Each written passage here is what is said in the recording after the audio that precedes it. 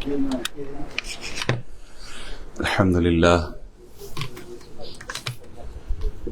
لله رب العالمين، والصلاة والسلام على سيد الأنبياء والمرسلين، أما بعد فأعوذ بالله من الشيطان اللعين الرجيم المردود.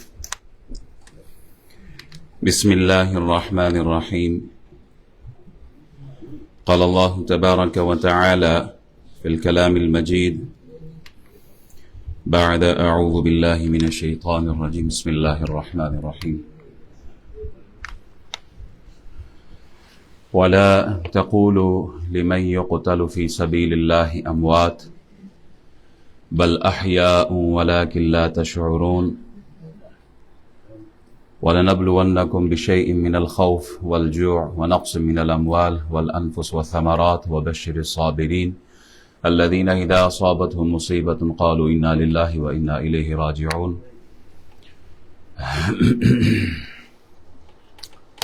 تمام تعریفیں، حمد، ثنا، تسبیح، تحلیل، تقدیس، تمجید، بزرگی، بڑائی، کبریائی اللہ جل جلالہ کے لیے. درود سلام بے حد بے حساب ہم سب کے آقا و مولا جناب محمد الرسول اللہ صلی اللہ علیہ وسلم کی بارگاہ میں پیش کرنے کے بعد اللہ تعالی سے دعا گو ہوں مولا کریم ہم سب کا آنا اپنی بارگاہ میں قبول فرمائے. احباب، یہ دنیا جو ہے یہ ایک امتحان گاہ ہے. الذی خلق الموت والحیات لیبلوکم ایکم احسن عملا. اللہ تعالیٰ ہر انسان کو آزماتا ہے، مال کے ذریعے، جان کے ذریعے، اولاد کے ذریعے، صحت کے ذریعے، عزت، شہرت، منصب اور حکومت، طاقت، قانون، قوت دے کر آزماتا ہے. جتنے بھی انبیاء کی جماعت آئی ہے اللہ نے سب انبیاء کو آزمایا ہے. جناب آدم علیہ السلام کا امتحان ہوا ہے. نوح علیہ السلام کی آنکھوں کے سامنے ان کا بیٹا ڈوبا ہے، ان کی آنکھوں کے سامنے ان کا لخت جگر ڈوبا. جناب ابراہیم علیہ السلام کو آگ میں ڈالا گیا اور آپ کی زبان پہ حسبی اللہ ونعم الوکیل. جناب اسماعیل علیہ السلام کو چند ماہ کی عمر میں اپنی والدہ کے ساتھ بیابان میں چھوڑا گیا. پھر جب کچھ عرصے کے بعد ملاقات ہوئی تو حکم تھا ذبح کرنے کا. جناب یعقوب علیہ السلام نے اپنے نور نظر جناب یوسف علیہ السلام کی جدائی برداشت کی ہے. جناب یوسف علیہ السلام کو کنویں میں بھی دیکھا گیا اور مصر کے بازار میں ان کی بولی بھی لگی ہے. جناب یوسف علیہ السلام مصر کے بازار میں بکے ہیں. جناب موسیٰ علیہ السلام دودھ پیتی زندگی، شیر خواری، چھوٹے سے بچے لیکن دریا کے سپرد کیا گیا. جناب موسیٰ علیہ السلام پر امتحان آیا ہے، آپ کو اپنا وطن چھوڑنا پڑا، آپ کا مقابلہ فرعون جیسے ظالم کے ساتھ ہوا. جناب عیسیٰ علیہ السلام نے ہمیشہ یہودیوں کی تکلیفیں سہی ہیں اور ان کی دانش میں انہوں نے تو جناب یوسف کو پھانسی بھی چڑھا دیا تھا، لیکن وہ کوئی اور پھانسی چڑھ گیا تھا. حضرت زکریا علیہ السلام آپ کو آرے سے چیرا گیا ہے. جناب یحییٰ علیہ السلام اور ان ساتھ دیگر بہت سارے انبیاء کو شہید کیا گیا ہے. یہ دنیا کیا ہے؟ دنیا امتحان گاہ ہے. کون اللہ کے نام پر اپنی جان کی قربانی پیش کرتا ہے؟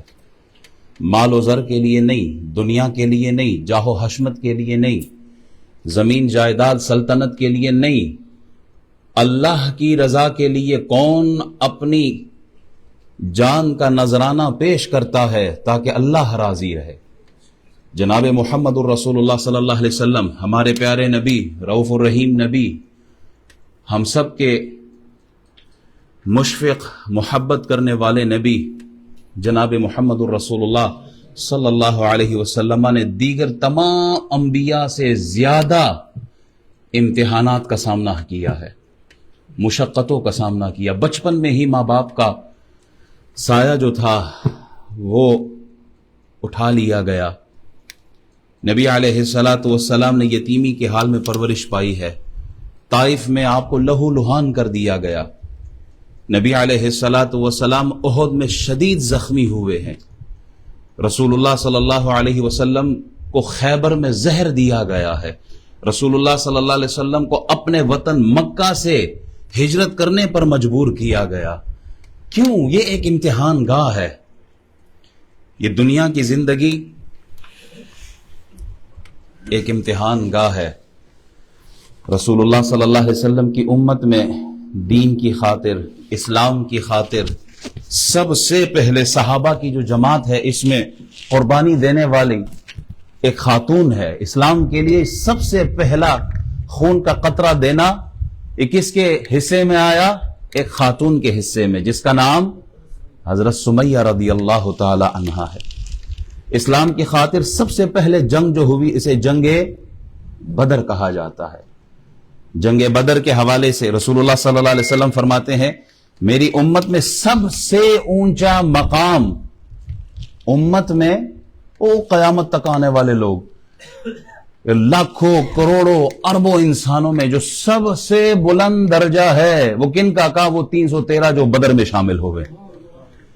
یہ تو شامل ہونے والوں کا درجہ ہے. جو 7 صحابہ جنگ بدر میں شہید ہوئے، ان کا مقام شہیدوں میں کیا ہوگا؟ وہ عظمت کے مینارے ہیں. جنگ احد میں 70 صحابہ شہید ہوئے ہیں. جناب امیر حمزہ جنہیں سید الشہداء کہا گیا، وہ بھی انہی شہداء میں شامل ہے. اس کے بعد جنگ خندق ہوئی ہے، جنگ تبوک ہوئی ہے، جنگ حنین ہوئی. اس کے سمیت 25 سے زائد غزوات ہوئے. رسول اللہ خود تلوار لے کر میدان میں پہنچے ہیں. حضرت انس بن مالک فرماتے ہیں کہ بیر معونہ کے روز میں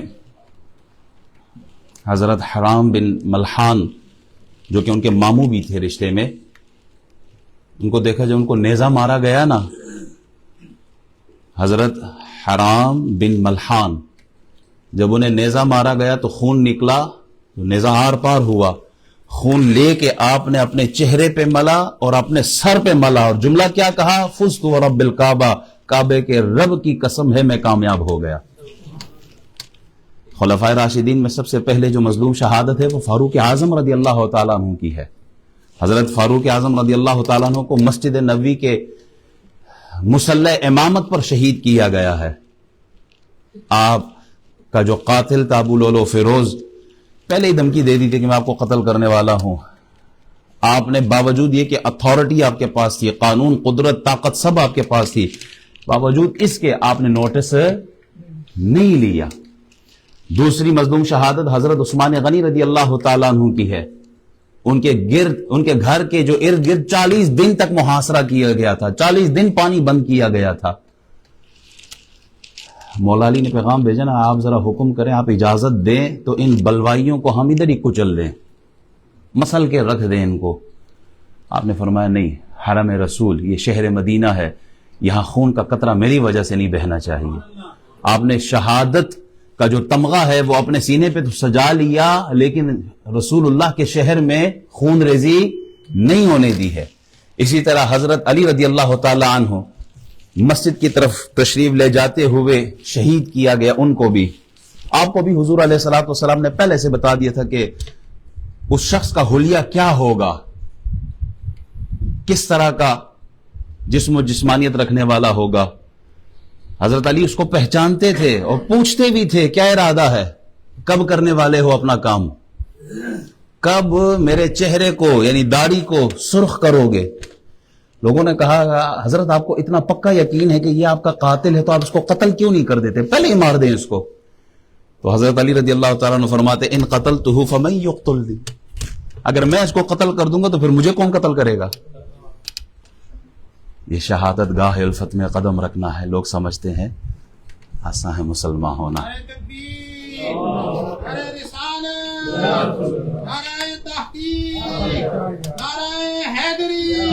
اسی طرح زندہ باد زندہ باد زندہ باد. اسی طرح امام حسن کو زہر دے کے شہید کیا گیا. بھائی نے پوچھا کہ امام حسین نے آپ کو جس نے جو زہر دیا ہے، جانتے ہیں؟ کہا شک ہے مجھے.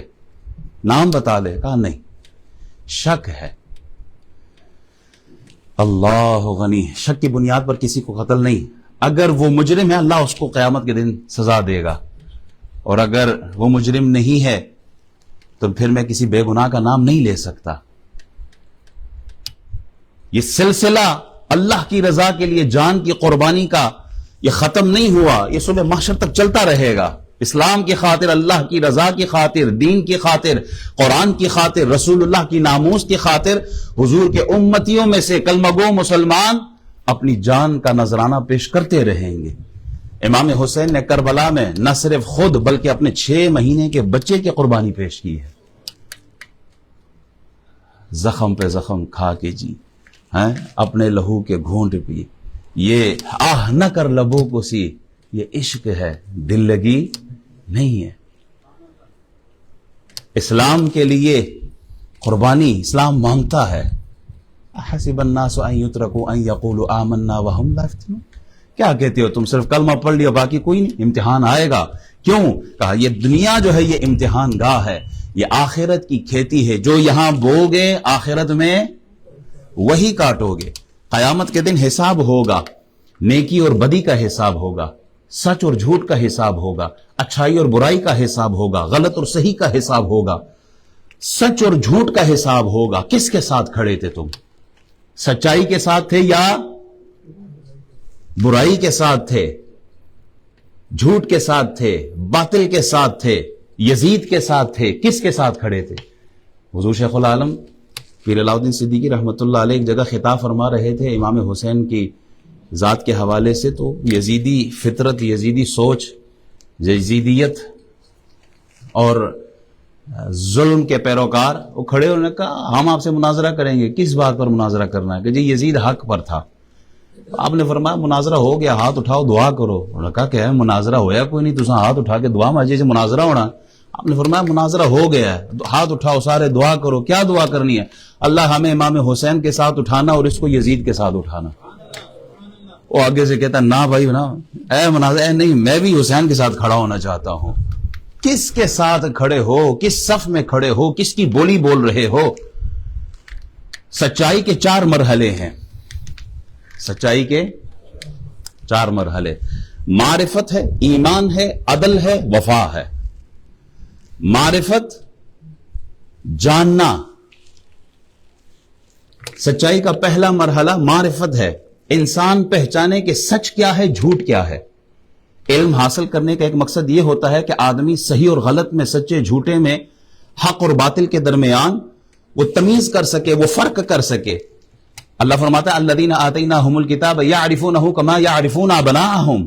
یہودیوں عیسائیوں کے متعلق ہے نا کہ جن کو ہم نے کتاب دی ہے یہ اس رسول کو اس طرح پہچانتے ہیں جس طرح اپنے بچے کو پہچانتا ہے آدمی. 10,000 بچے آپ کے سامنے ہو, ان میں آپ کا اپنا بچہ بیٹھا ہو, کیا آپ اپنے بچے کو پہچاننے میں کوئی مشکل ہوگی؟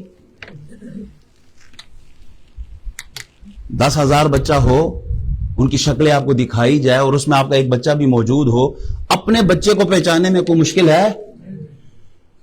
آدمی اپنی اولاد کو پہچاننے میں کوئی مشکل نہیں. وہ نبی علیہ الصلوۃ والسلام کو صادق بھی مانتے تھے, امین بھی مانتے تھے, معرفت کی اس منزل پر تھے. وہ لوگ سچائی کے اس منزل پر تھے کہ وہ رسول اللہ کو صدیق بھی مانتے تھے, صادق بھی مانتے تھے, امین بھی مانتے تھے. لیکن سچائی کے اس منزل کو وہ پہنچ نہ سکے جسے ایمان کہا جاتا ہے. وَلَئِن سَأَلْتَهُمْ مَنْ خَلَقَ السَّمَاوَاتِ وَالْأَرْضِ لَيَقُولُنَّ اللَّهُ. ان سے پوچھے نا کہ زمین آسمان کس نے بنائے تو کہتے ہیں اللہ نے بنائے. یہ مانتے ہیں, جانتے ہیں کہ زمین و آسمان کا خالق اللہ ہے. معرفت کی اس منزل پر یہ ہیں, سچائی کی اس منزل پر موجود ہیں, لیکن 360 کے آگے سجدہ ریز بھی ہوتے ہیں. معرفت ہے لیکن ایمان کی دولت نہیں ہے ان کے پاس. اب آتا ہے اگلا مرحلہ ایمان کا. کچھ لوگ کلمہ پڑھ کے مسلمان ہو گئے. حضور کی مسجد میں آ کے مسجد نبوی میں عبداللہ بن ابی نے کہا, سب کے سامنے کھڑے ہو کے کہتا ہے کہ ہم شکر ادا کرتے ہیں کہ ایسا نبی ہمارے درمیان موجود ہے. انہوں نے جس کو حلال کہا اس کو حلال سمجھو, جس کو حرام کہا اس کو حرام سمجھو. یہ اللہ کے رسول ہیں. یہ کہنے والا کون ہے؟ عبداللہ ابن ابی. بات اس نے جھوٹ کہی ہے، غلط کہی ہے، سچی کہی ہے؟ ذرا جملے پہ غور کریں. یہ اللہ کے رسول ہے، یہ صحیح بول رہا ہے یا غلط بول رہا ہے؟ صحیح بول رہا ہے نا. یہ جس کو حلال کہ اس کو حلال سمجھو، یہ سچ بول رہا ہے جھوٹ بول رہا ہے؟ صحیح بول رہا ہے. اللہ کیا کہتا ہے؟ اللہ فرماتا ہے نہیں، یہ جھوٹ بول رہا ہے. اذا جاءك المنافقون قالوا نشهد انك لرسول الله والله يعلم انك لرسول والله يشهد ان المنافقين لكاذبون. سورہ منافقون کی پہلی 3 آیتیں پڑھے. یہ جو بات کر رہا ہے اللہ فرماتا ہے میں گواہی دیتا ہوں یہ جھوٹ بول رہا ہے. کیوں؟ کہا بول تو رہا ہے. اب ایک جملہ اور بھی لیں. احباب، ایمان کی اس نہج پہ نہ ہونا کہ سچ بات کہتے ہوئے بھی اللہ یہ کہے کہ یہ جھوٹ بول رہا ہے. اللہ ہماری حفاظت فرمائے، اللہ ہماری حفاظت فرمائے. ہم نمازوں میں کہتے اللہ اکبر، قیام کے لیے اللہ اکبر، رکوع کے لیے اللہ اکبر، سجدے کے لیے اللہ اکبر، اللہ سب سے بڑا، اللہ سب سے بڑا. لیکن جب پریکٹیکل لائف کی بات آتی ہے تو انا سب سے بڑی ہے، غرور سب سے بڑا ہے، میری بات سب سے بڑی ہے، میں سب سے اونچا ہوں. اللہ اکبر کدھر گیا پھر؟ اللہ اکبر تو سچ ہے لیکن تیرا کردار بتا رہا ہے کہ تو جھوٹ بول رہا ہے. اگر اللہ اکبر کو دل سے مانتے تو پھر کبھی غرور نہ آتا، تکبر نہ آتا، دوسرے کو انسان ہی سمجھتے، جانور نہ سمجھتے. اللہ فرماتا ہے یہ جھوٹ بول رہا ہے. کیوں؟ وہ اندر سے مومن ہے، وہ اندر سے ایمان والا نہیں تھا. اب اگلا درجہ ہے عدل کا. آدمی صدق دل سے ایمان لے آتا ہے، ایمان کا ہی درجہ حاصل کر لیتا ہے، تو پھر سچ کہتے ہوئے دشواری ہوتی ہے. اب عدل کیا ہے؟ ایمان تو لے آیا، صدق دل سے اللہ کو مانا، لیکن اب بات آئی ہے حق بات بولنے کی. سچ بولوں گا تو اپنے سچے سچے وہ جو لنگوٹیا یار ہے وہ بھی ساتھ چھوڑ جائیں گے. سچ بولوں گا تو خاندان والے ساتھ چھوڑ جائیں گے. سچ بولتا ہوں تو عہدہ چھین جاتا ہے، منصب چلا جاتا ہے. سچ بولتا ہوں تو کاروبار بزنس میں فرق آ جائے گا. سچ بولتا ہوں تو اپنے بچے ناراض ہو جائیں گے. سچ بولتا ہوں تو یہ لوگ کیا کہیں گے. ہمارا سب سے بڑا مصیبت کا جملہ یہی ہے جی میں یہ کام کروں تو لوگ کیا کہیں گے. ناک بھی تو رکھنی ہے ہم نے. کہا آدمی جب اس سب مرحلوں سے گزرتا ہے وہ نہ خاندان کی پرواہ کرے، نہ بھائیوں کی پرواہ کرے، نہ عہدے منصب کی بات کرے، نہ بزنس کی بات کرے، وہ فقط یہ کہے کہ میرا رب کیا کہتا ہے، میں نے رب کی سننی ہے. جب وہ اس منزل پر پہنچ جاتا ہے پھر وہ عادل کہلاتا ہے. پھر وہ اپنی جان کی بات نہیں کرتا، مال کی بات نہیں کرتا. کیوں؟ کہا شہادت ہے مطلوب مقصود مومن، نہ مال غنیمت نہ کشور کشائی. عبداللہ بن حذافہ کو پکڑا نا رومیوں نے، پکڑ کے لے گئے بادشاہ کے پاس. اب یہ عدل کیا ہے؟ سچ بولنا، حق بولنا، چاہے جان چلی جائے. عبداللہ بن حذافہ کو جب پکڑا رومیوں نے لے کے گئے بادشاہ کے سامنے پیش کیا. بادشاہ نے کہا کہ یہ کون؟ کہا یہ محمد کا غلام ہے، بند کر دو اس کو. کمرے میں بند کیا. کہا شراب اور سور کا گوشت سامنے رکھ دو. 3 دن گزر گئے، ایک گھونٹ نہیں پیا انہوں نے. جان بچانی حالت اضطرار میں اگرچہ اجازت ہے لیکن عزیمت کی راہ کیا ہے؟ بھوکے مر جاؤ لیکن حرام کی طرف ہاتھ نہیں بڑھانا. فاروق اعظم نے خط لکھا ان کی رہائی کے لیے. بادشاہ نے جب دیکھا کہ یہ تو کوئی بہت بڑا آدمی لگتا ہے، فاروق اعظم مسلمانوں کا حکمران خط لکھ رہا ہے. بلایا. کون ہو تم؟ قریش کا آدمی ہو. کیا محمد کے گھرانے سے ہو؟ کہا نہیں، اہل بیت سے نہیں ہوں. کہا اہمیت تو بڑی رکھتے ہو، خط آ رہا ہے تمہارے لیے. کہا یوں کرو اسلام چھوڑ دو، ہم تمہیں زر بھی دیں گے، زن بھی دیں گے، حکومت بھی دیں گے، سلطنت بھی دیں گے، سب کچھ دیں گے، بھائی اسلام کو چھوڑ دو. ہائے ہائے سبحان اللہ، قربان جائیے ان کے ایمان پر. یہ ان کے لیے صبح محشر تک کے انسانوں کے لیے جو کلمہ پڑھتے ان کے لیے ایک پیغام ہے. چائے کی پیالی پہ ایمان بیچنے والوں اور نیشنلٹی حاصل کرنے کے لیے خود کو قادیانی ڈکلیئر کرنے والوں، ان سب کے لیے ایک پیغام دیا. کیا ہے؟ کہا ساری کائنات کی حکمرانی اگر ہمیں دے دو، اپنی سلطنت مجھے دے دو، لمحے بھر کے لیے آنکھ پلکنے جھپکنے کی مقدار جو ٹائم گزرتا ہے، اس ٹائم کے حد تک بھی میں محمد کا دین نہیں چھوڑ سکتا.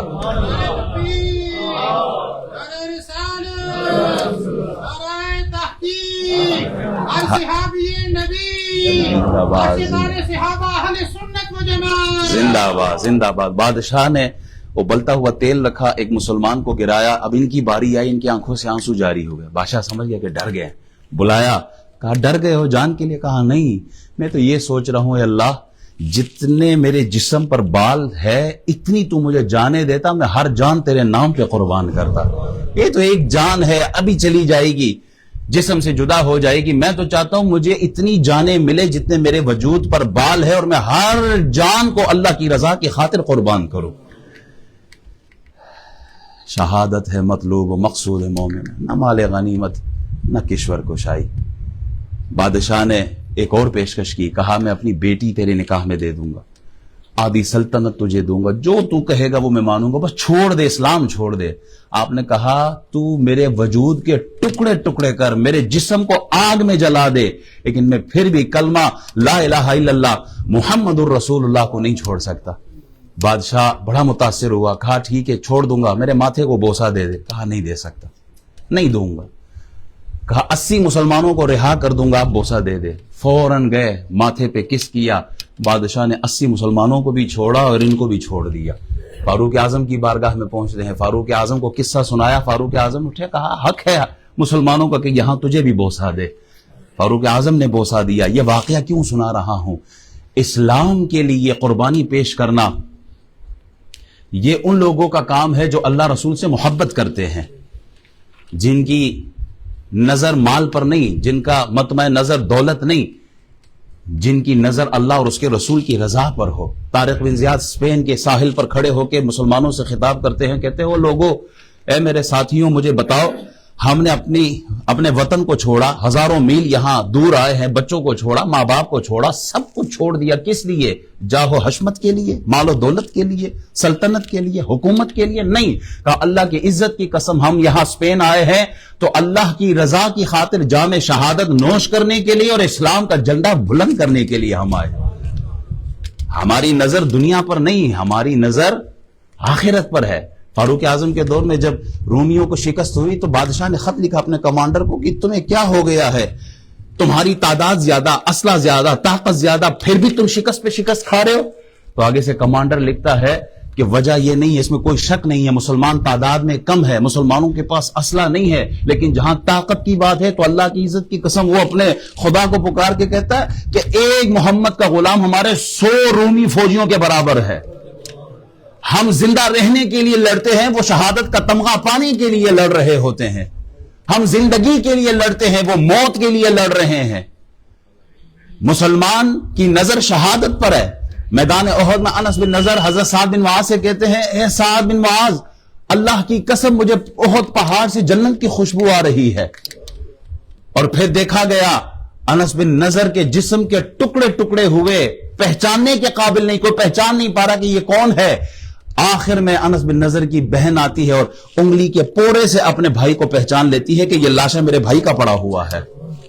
یہ شہادت گاہ الفت میں قدم رکھنا ہے۔ لوگ آسان سمجھتے ہیں مسلمان ہونا، انہی کے لیے پھر اللہ فرماتا ہے اولئک هم الراشدون اولئک هم الفائزون اولئک هم المفلحون، یہی کامیاب لوگ ہیں، یہی رب کے قریب پہنچنے والے ہیں۔ انہوں نے موت کو اللہ کی رضا کی خاطر قبول کیا۔ حضرت علی فرماتے ہیں رضی اللہ تعالی عنہ، شیرخوار بچے کو دودھ سے وہ پیار نہیں ہے جو مجھے موت سے پیار ہے۔ چھوٹا بچہ دودھ سے پیار کرتا ہے، حضرت علی فرماتے اس کو اتنی محبت دودھ سے نہیں ہوگی جتنی مجھے موت سے ہے۔ شارحین کہتے ہیں اس کا کیا مطلب ہے؟ کہا بچہ دودھ اس لیے پاتا ہے کہ اس کی جسمانی خواہش پوری ہوتی ہے، وہ نفسانی خواہش پوری ہوتی ہے بچے کی، اور حضرت علی نے جو کہا موت پسند ہے اس لیے کہ وہ روحانی خواہش پوری کرنا چاہتے ہیں۔ بچہ دودھ حاصل کرتا ہے تاکہ جسم خوش ہو، حضرت علی موت کو اس لیے پسند کرتے ہیں تاکہ موت کے ذریعے پھر اللہ کا دیدار نصیب ہوتا ہے۔ الموت تحفۃ المؤمن، موت تو مومن کا تحفہ ہے۔ احباب، تاریخ گواہ ہے، حق کے راستے میں باطل نے ہمیشہ سر اٹھایا ہے، اور باطل کے فتنے کو دبانے کے لیے حق ہمیشہ سامنے آیا ہے۔ درود شریف پر اللہم صلی علی سیدنا مولانا محمد وعلی آل سیدنا مولانا۔ نمرود کے مقابلے میں جناب ابراہیم علیہ السلام میدان میں نظر آتے ہیں، فرعون کے مقابلے میں جناب موسیٰ علیہ السلام میدان میں نظر آتے ہیں، ابو جہل، ابو لہب جیسے کافروں کے مقابلے میں رسول اللہ محمد الرسول اللہ صلی اللہ علیہ وسلم میدان میں نظر آتے ہیں۔ یزید اور اس کے یزیدی فوجیوں کے سامنے امام حسین کو ہم نے کربلا میں دیکھا ہے۔ باطل ہمیشہ حق کو مٹانے کے لیے زور لگا دیتا ہے، نمرود نے جناب ابراہیم علیہ السلام کو مارنے کے لیے آگ میں بھیجا، آگ میں پھینکا، مگر وہ خود ختم ہو گیا۔ فرعون نے جناب موسیٰ علیہ السلام کو ختم کرنے کے لیے 70,000 بچے مارے ہیں، لیکن ختم کون ہوا؟ خود ہو گیا ہے۔ یزید نے امام حسین کو ختم کرنے کے لیے 22,000 کا لشکر بھیجا، لیکن ختم کون ہوا؟ کوئی شک ہے؟ کوئی شک ہے؟ کربلا میں اولاد حسین کی کٹ رہی تھی، لیکن نسل یزید کی ختم ہو گئی ہے۔ 14 بیٹے ہیں یزید کے، آج نام لیوا کوئی نہیں ہے، اور ایک حسین کا شہزادہ امام زین العابدین، جس کی وجہ سے اللہ نے حسین کی نسل کو رضی اللہ تعالی عنہ، ان کی نسل کو پوری دنیا میں پھیلا دیا ہے۔ حد ہی نہیں حسین تیرے انتقام کی، لفظ یزید کو گالی سے بدتر بنا دیا ہے۔ یزید کی قبر کہاں ہے خود یزیدیوں کو بھی نہیں معلوم۔ مٹ گئے، مٹتے ہیں، مٹ جائیں گے عہدہ تیرے، نہ مٹا ہے نہ مٹے گا کبھی چرچا تیرا۔ سچائی جو ہے، سچائی ہے، پہاڑ کے اندر بھی اللہ باہر لے آتا ہے۔ سچائی کی جو چوتھی منزل ہے وہ وفا ہے۔ اس مقام کو پانے کے لیے اپنی ذات کی قربانی پیش کرنی ہوتی ہے۔ لوگ کہتے ہیں نا، وہ ایک بدبخت جسے ڈاکٹر ذاکر نالائق کہتے ہیں، وہ کہتے ہیں 2 شہزادوں کی لڑائی تھی۔ ہماری قوم بڑی سیدھی سادی قوم ہے، تو مولوی جی نے لاکھوں لوگوں کو مسلمان کیا، فلانا کیا۔ میں جو تمہارے دلائل اپنے پاس رکھو، جو یزید کو شہزادہ کہے اور حسین کو غلط کہے، میں اس کو کبھی بھی ڈاکٹر یا پروفیسر نہیں مان سکتا۔ کہتے 2 شہزادوں کی لڑائی تھی۔ 2 شہزادوں کی لڑائی نہیں تھی، یہ 2 نظریوں کی لڑائی تھی۔ It was not a fight between 2 personalities. That was the fight between 2 ideologies. 2 نظریوں کی لڑائی تھی، حق اور سچ کی لڑائی تھی، حق اور باطل کی لڑائی تھی، سچ اور جھوٹ کی لڑائی تھی، غلط اور صحیح کی لڑائی تھی، صبر اور ظلم کی لڑائی تھی، وفا اور جفا کی لڑائی تھی۔ یہ اس نظریے، اس عقیدے کے لیے، اس سوچ کے لیے ہمارے بزرگوں نے قربانیاں دی ہیں۔ امام اعظم ابو حنیفہ کو جیل بھیجا گیا ہے، زہر دیا گیا، آپ کا جنازہ جیل سے اٹھا گیا ہے۔ یہ لڑائی عام لڑائی ہے۔ امام احمد بن حنبل نے 3 بادشاہوں سے ٹکر لی ہے، آپ کو کوڑے مارے جاتے تھے، 80 کوڑے مارے جاتے تھے، لیکن کبھی شکوہ نہیں کیا۔ کیوں؟ اس دین کے لیے انہوں نے قربانی دی ہے۔ امام مالک جیسی ہستی کو کیا کچھ نہیں کیا گیا ان کے ساتھ، مجدد الفسانی کے ساتھ کیا کچھ نہیں ہوا۔ اللہ اکبر۔ اس نظریے کی قدر پوچھنی ہے تو جا کے بلال حبشی کی قبر پہ کھڑے ہو کے ذرا پوچھے نا کہ دین کی قدر کیا ہے۔ جواب بلال حبشی کی قبر سے آئے۔ فاطمہ الزہرا کی قبر پر، تربت اطہر پر، مزار مقدس پر جا کے پوچھو تو فاطمہ زبان حال سے یہ جواب دے گی، تم کہتے ہو دین کی قدر کیا؟ اس دین کے لیے میں نے حضرت علی جیسی ہستی پیش کی ہے، حسن جیسی ہستی پیش کی ہے، حسین جیسا شخص میں نے پیش کیا ہے، اس دین کی خاطر علی اصغر جیسا چھوٹا بچہ میں نے پیش کیا ہے۔ احساس کربلا تجھے بھی ہو جائے گا ایک دن، تنہا کسی عزیزی کی میت اٹھا کے دیکھ۔ ایک عزیز کی میت تنہا اٹھا کے دیکھو، پھر پتہ چلے گا نا۔ سب سے بھاری جنازہ وہ ایک 6 مہینے کے چھوٹے بچے کا جنازہ۔ امام حسین نے سر تسلیم خم کیا ہوا ہے اللہ کے حضور۔ لطف سجن دم بدم، کار سجن گاہ گاہ، انج بھی سجن واہ واہ تے انج بھی سجن واہ واہ۔ ہاتھ چومنے پہ لوگ آئے تو یہ بھی واہ واہ ہے، سر کٹانے پہ آئے تو یہ بھی واہ واہ ہے۔ ہم ہر حال میں اللہ سے راضی ہے۔ حسین، امام حسین کا پیغام کیا؟ یہ جو وفا کی منزل تک پہنچے ہے، اس کے پیچھے ایک مقصد تھا۔ جب مقصد عظیم ہو تو پھر جان کی قربانی پیش کرنی ہوتی ہے، اور یہ مقصد جان سے بھی اوپر۔ امام حسین رضی اللہ تعالیٰ عنہ کا پیغام یہی ہے کہ آزادی، انسان کو آزادی، عزت والی زندگی ہو۔ آپ فرماتے ہیں موت فی عز خیر من حیات فی الذل، عزت کی موت ذلت کی زندگی سے بہتر ہے۔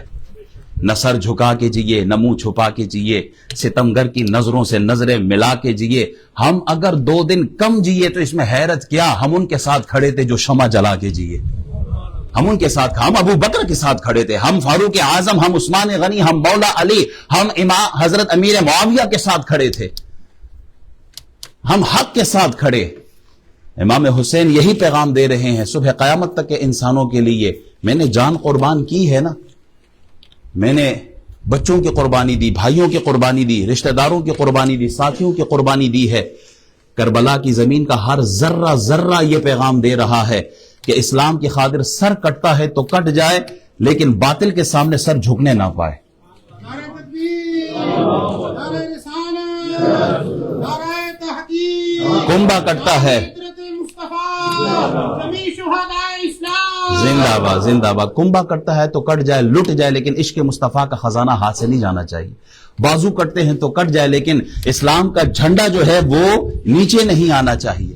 عدالت ہو، نظام ہو، دستور ہو، آئین ہو تو فقط قرآن کا ہو۔ یہ کربلا کا پیغام ہے۔ ہم نے تو برستے ہوئے تیروں میں بھی نمازیں نہیں چھوڑی ہیں، 71 لاشیں اٹھا کر بھی امام نے نمازیں نہیں چھوڑی ہے، عورتیں خیمہ میں موجود لیکن امام نے نمازیں نہیں چھوڑی ہے۔ ہم نمازیں کیوں چھوڑ بیٹھتے ہیں؟ سر بچانے کے لیے لوگ ہاتھ ملا لیتے ہیں، امام نے ہاتھ بچانے کے لیے سر کٹوا دیا ہے۔ امام نے کمپرومائز نہیں کیا، دین پر، اصول پر، عقیدے پر کوئی سودے بازی نہیں کی ہے۔ علی اصغر کی جان دے دی لیکن کمپرومائز نہیں کیا ہے۔ نبی علیہ السلام کی سنت کی حفاظت ہو جان دے کر، تم بھی حفاظت کرنا، مال دے کر، وقت دے کر، تم بھی نبی علیہ السلام کے مشن کی حفاظت کرنا۔ مصیبت کتنی بڑی کیوں نہ آئے، یہ کربلا کا پیغام ہے کہ صبر کا دامن تھامے رکھنا ہے۔ اور دین کے لیے اگر اہل بیت جیسا گھرانہ لٹ سکتا ہے تو پھر میں اور آپ کس کھاتے میں ہے؟ میری حیثیت کیا ہے، آپ کی حیثیت کیا؟ اللہ کے حضور ہم نے کیا لے کے جانا ہے؟ امام حسین تو ایک وہ جو قربانیوں کا سلسلہ اس میں سے ایک علی اصغر کو پیش کر دیں گے، میرے اور آپ کے پاس کیا ہے؟ اللہ اکبر۔ ہم مرے ہوئے یزید کو بہت زیادہ گالیاں دیتے ہیں، لیکن زندہ یزید کے بارے میں ایک لفظ نہیں بول سکتے ہم۔ ہماری حق، صداقت، سچائی یہ ہے کہ ہم وہ فرعون کو گالی دے سکتے ہیں، آج کے دور کے فرعون کی طرف ہم انگلی نہیں اٹھا سکتے۔ اللہ اکبر، خون حسین کی قسم یہی ہے ارض کربلا، لاکھوں یزید ہے یہاں، کلمہ حق اٹھا کر دیکھ ذرا، لاکھوں یزید ہے یہاں۔ احباب، آج پیغام کربلا یہ ہے کہ شہادت ہے مطلوب و مقصود مومن، نہ مال غنیمت نہ کشور کشائی۔ یہ دولت رہ جانی ہے، یہ مال رہ جانا ہے، یہ بینک بیلنس ہمارے ادھر ہی رہ جانے ہیں، لاکھوں ہم نے سنبھال کے رکھے ہیں۔ جب قبر میں جائیں گے ہمارا مال نہیں اعمال دیکھا جائے گا۔ ہم مولوی صاحب آپ نے باتیں بہت زیادہ کر لی ہے، لیکن ہمیں یہ بھی تو بتائیں ہم کیا کریں۔ میں کہتا ہوں جہاں دین کا کام ہو رہا ہو اپنا حصہ ڈالتے ہوئے جاؤ، جہاں دین کا کام ہو اپنا حصہ ڈالتے جائے، مال کے ذریعے ہو، وقت کے ذریعے ہو، پسینے کے ذریعے ہو، جس حوالے سے بھی اسلام کو تقویت، قوت مل رہی ہو، آپ اس میں اپنا حصہ ڈالتے جائیں۔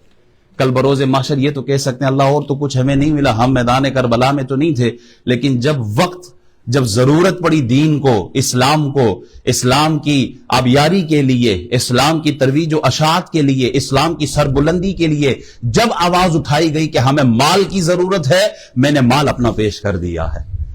وقت کی ضرورت ہے، میں نے وقت اپنا پیش کیا ہے۔ اولاد کی ضرورت ہے، میں نے اولاد کو پیش کیا ہے۔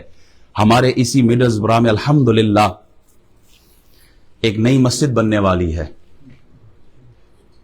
اور چہرے تے خوشیاں تو لاؤ نا جناب، اور خوش نہیں ہو یا خوش ہو نا؟ جو خوش ہے وہ ذرا ہاتھ اٹھائے۔ اجے بھی ہاتھ تھلے ہی نہیں، اے بابا نے 2 ہاتھ اٹھا لیے، ماشاءاللہ الحمدللہ۔ سب خوش ہے نا، راضی ہو نا؟ تو اس میں ہم نے اپنا حصہ ڈالنا ہے کہ نہیں؟ نعرہ تکبیر تک یا آگے بھی کچھ کرنا ہے؟ یہ مسجد ہے، سنیا نہیں، پکی گل ہے۔ میں اگر یہاں بول رہا ہوں تو بھابھیوں کے لیے تو نہیں بولوں گا نا، میں یہاں بول رہا ہوں تو کسی دیوبندی کے لیے تو نہیں بولوں گا، سنیوں کے لیے بولوں گا۔ یہ زبان کٹ سکتی ہے، بھابھیاں آج تک نہیں ہو سکتی، کٹر سنی ہے۔ الحمدللہ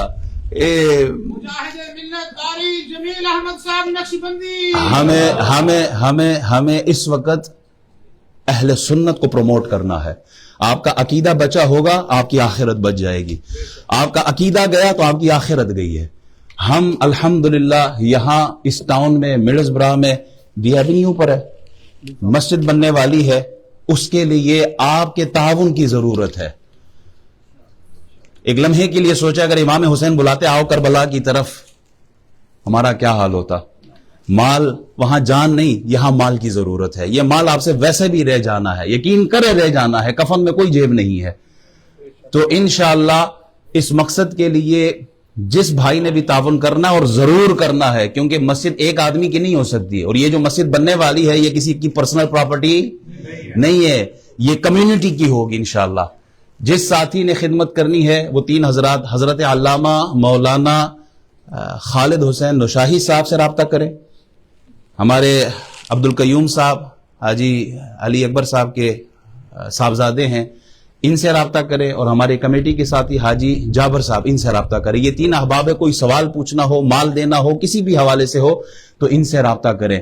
میں امید کرتا ہوں یہ جو جگہ بنے گی انشاءاللہ یہ اسلام کا مرکز ہوگا، یہ اسلام کا مرکز ہوگا. یہاں سے بھی نعرہ تکبیر، نعرہ رسالت کی آوازیں اٹھیں گی، یہاں سے بھی لبیک یا رسول اللہ کی آوازیں اٹھیں گی، یہاں سے بھی تاجدار ختم نبوت کی آواز اٹھے گی.